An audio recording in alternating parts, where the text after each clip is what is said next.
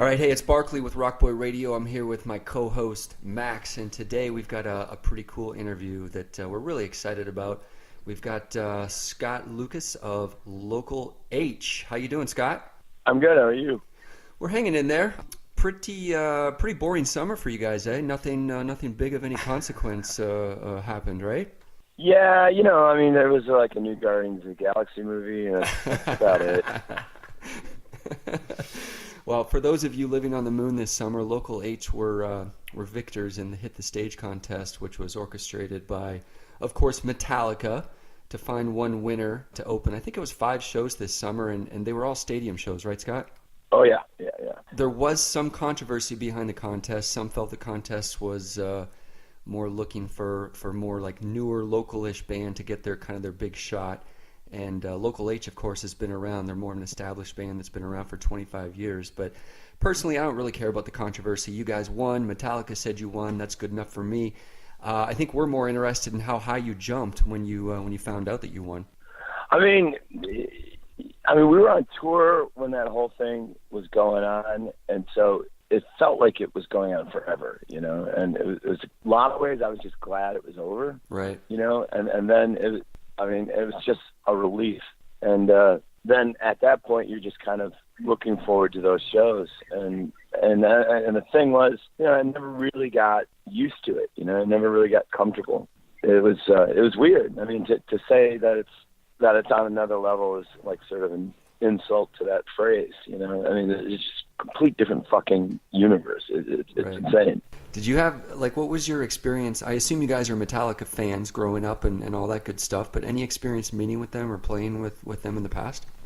I'd forgotten all about it, and I think Lars had actually brought it up where he's like, we must have crossed paths at some point. And I was like, oh, yeah, that's right. Like, there was some Kid Rock party or something that I got dragged to, and I actually did meet him at that, and so that was kind of funny. But, Metallica was a big band for all of us in high school. Yeah.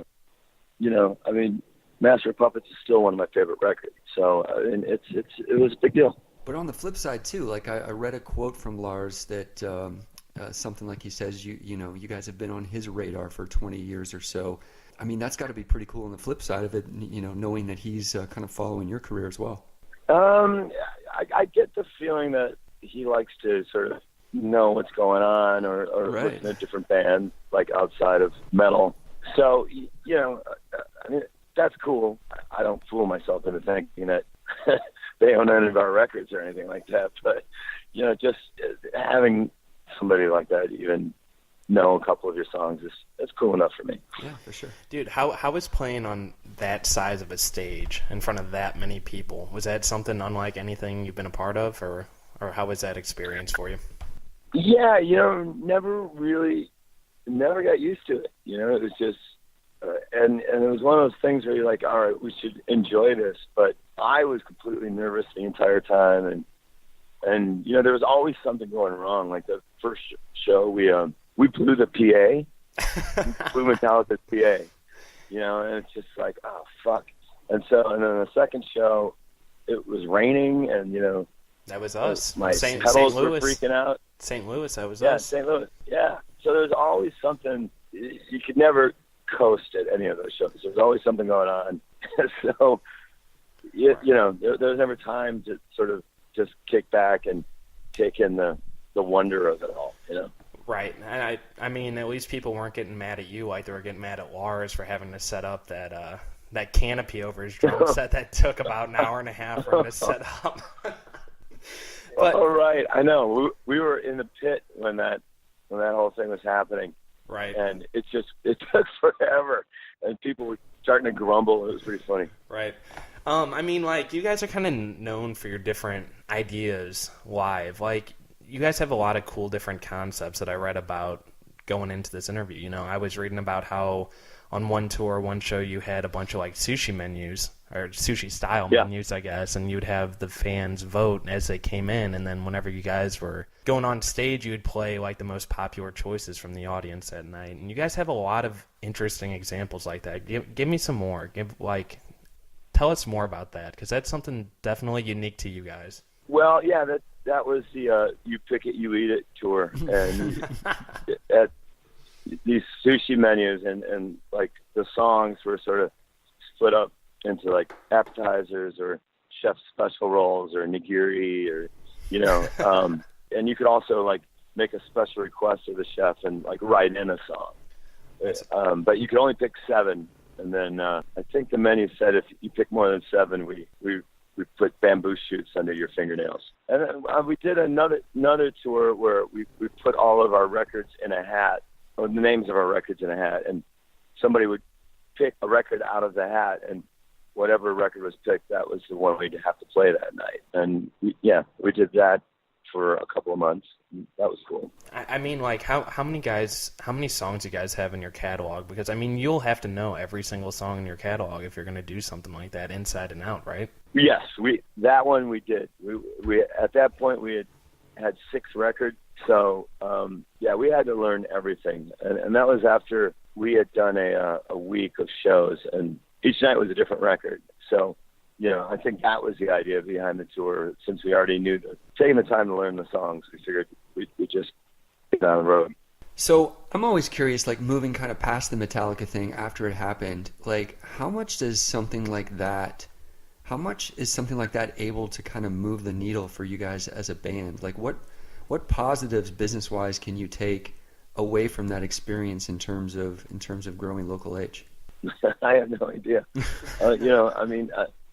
Either something happened that I'm not aware of, or it was just, a cool thing. Yeah. In a lot of ways, it was kind of like, I don't know, it was kind of like a pat on the back, good job.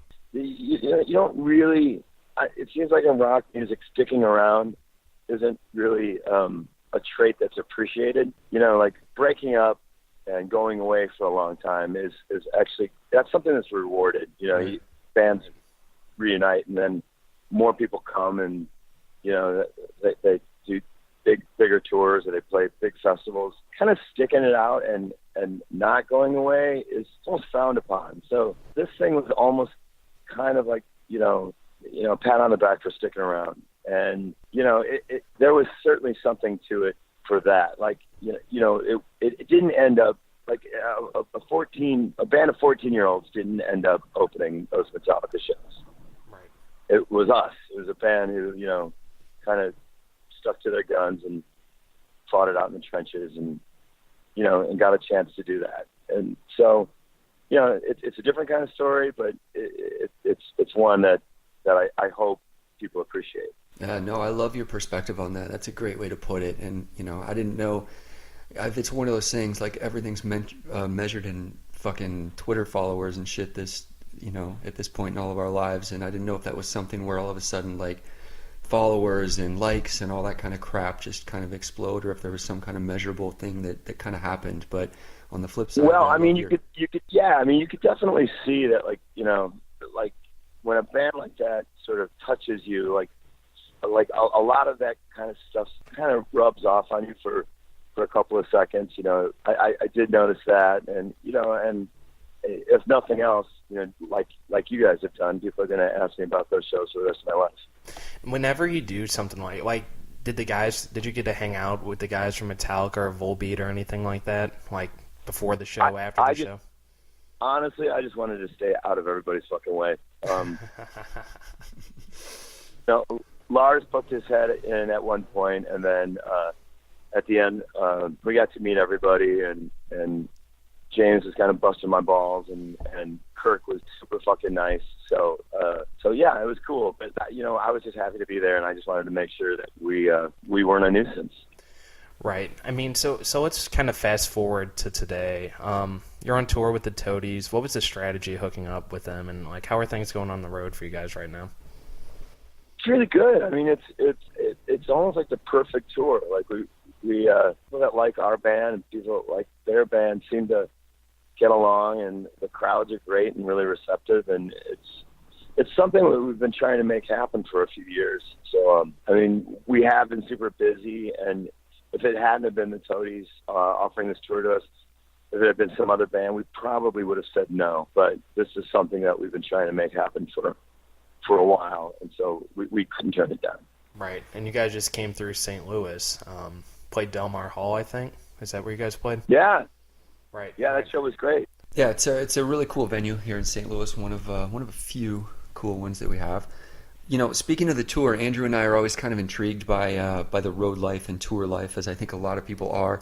We just did an interview with the guys from Bobaflex, who are, you know, just like you guys, true road warriors, and they had all kinds of tips and tricks for, let's just say, touring smart when it comes to their wallets on the road. And they had some pretty good stories of things that they do on the road to kind of save money and kind of tour on a budget. Along those lines, any insights from a band like Local H that, you know, you guys have been doing this for 25 years?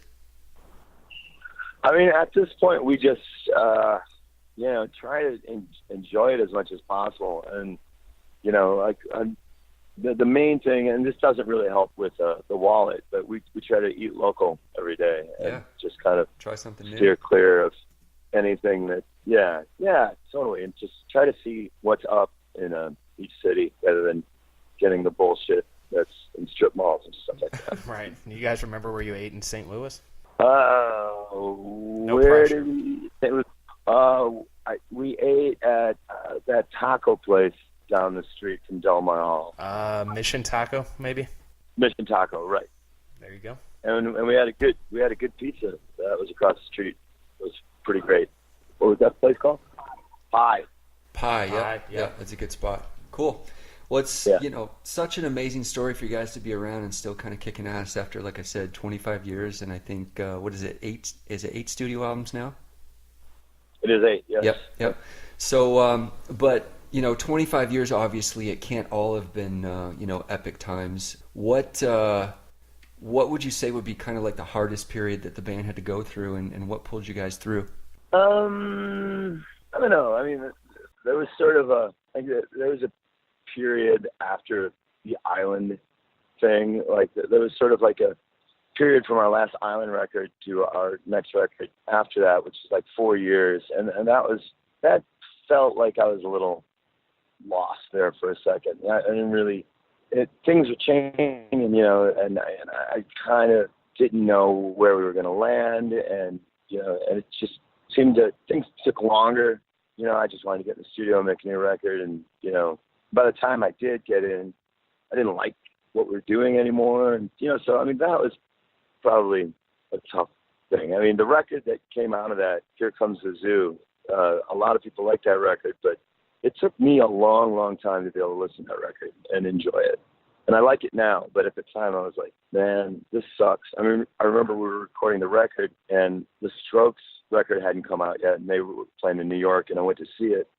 And I remember thinking like, oh, fuck, we fucked up. You know, this is what's happening now, and we're done. But it was too late. I think the record was almost done, and, you know, I couldn't scrap it. And I was just, so it took a long time for me to kind of appreciate what that record even was. Yeah. Well, it's just really cool just to kind of go back through a career like that of 25 years and just kind of get different perspectives on it. And like you said, how they kind of change, how you might look back now differently than you did at the time. So it's really cool, man. I appreciate that. One thing that we want to know about too is, you know, we always hear about the rabid fan base of Local H, and, you know, the Metallica thing is a great example of that. But give us some more insight into this rabid fan base of Local H and some of the things you see and hear from them on a daily basis that makes them so rabid. Well, I don't know. I mean, that was the thing with the whole, like, they made that Metallica thing happen, you know, and it was really touching, you know. They wanted it for reasons that are almost hard to fathom, you know, like they just wanted something good to happen to us. Yeah. And that was it, you know. I mean, maybe some of it might have been like they wanted validation that they weren't listening to a shitty band, that, you know, other people would see that we had some worth. But when it all really came down to it, all they really cared about was making something good happen for us. And then that's a rare thing. And, you know, I don't know how many bands out there have people that follow them like that, you know. So, you know, I don't know if I can ever repay that. Yeah, no, that's pretty cool. They wanted to, like you said earlier, just kind of give you that pat on the back and that reassurance that you guys are great and give you a little prop. That was pretty cool. Something like that, yeah.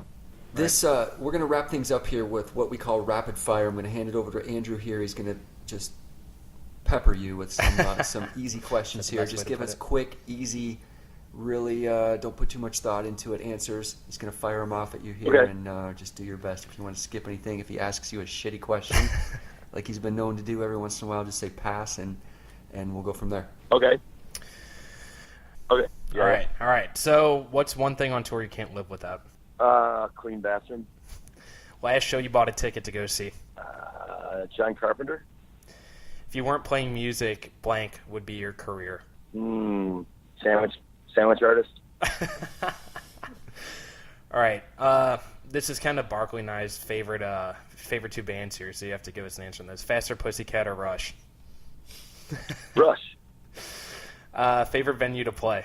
The Metro in Chicago. One thing in rock and roll you haven't accomplished yet that you'd like to? Playing in Rush. There we go. I think that's it, dude. There you go. Well, Scott, we really appreciate it, man. Thanks for your time. Continued success with the band. And again, very cool that you've been around this long in 25 years and keep doing it stronger than ever. So our hats off to you for sure. And thanks for taking the time with us. All right. Thanks, guys.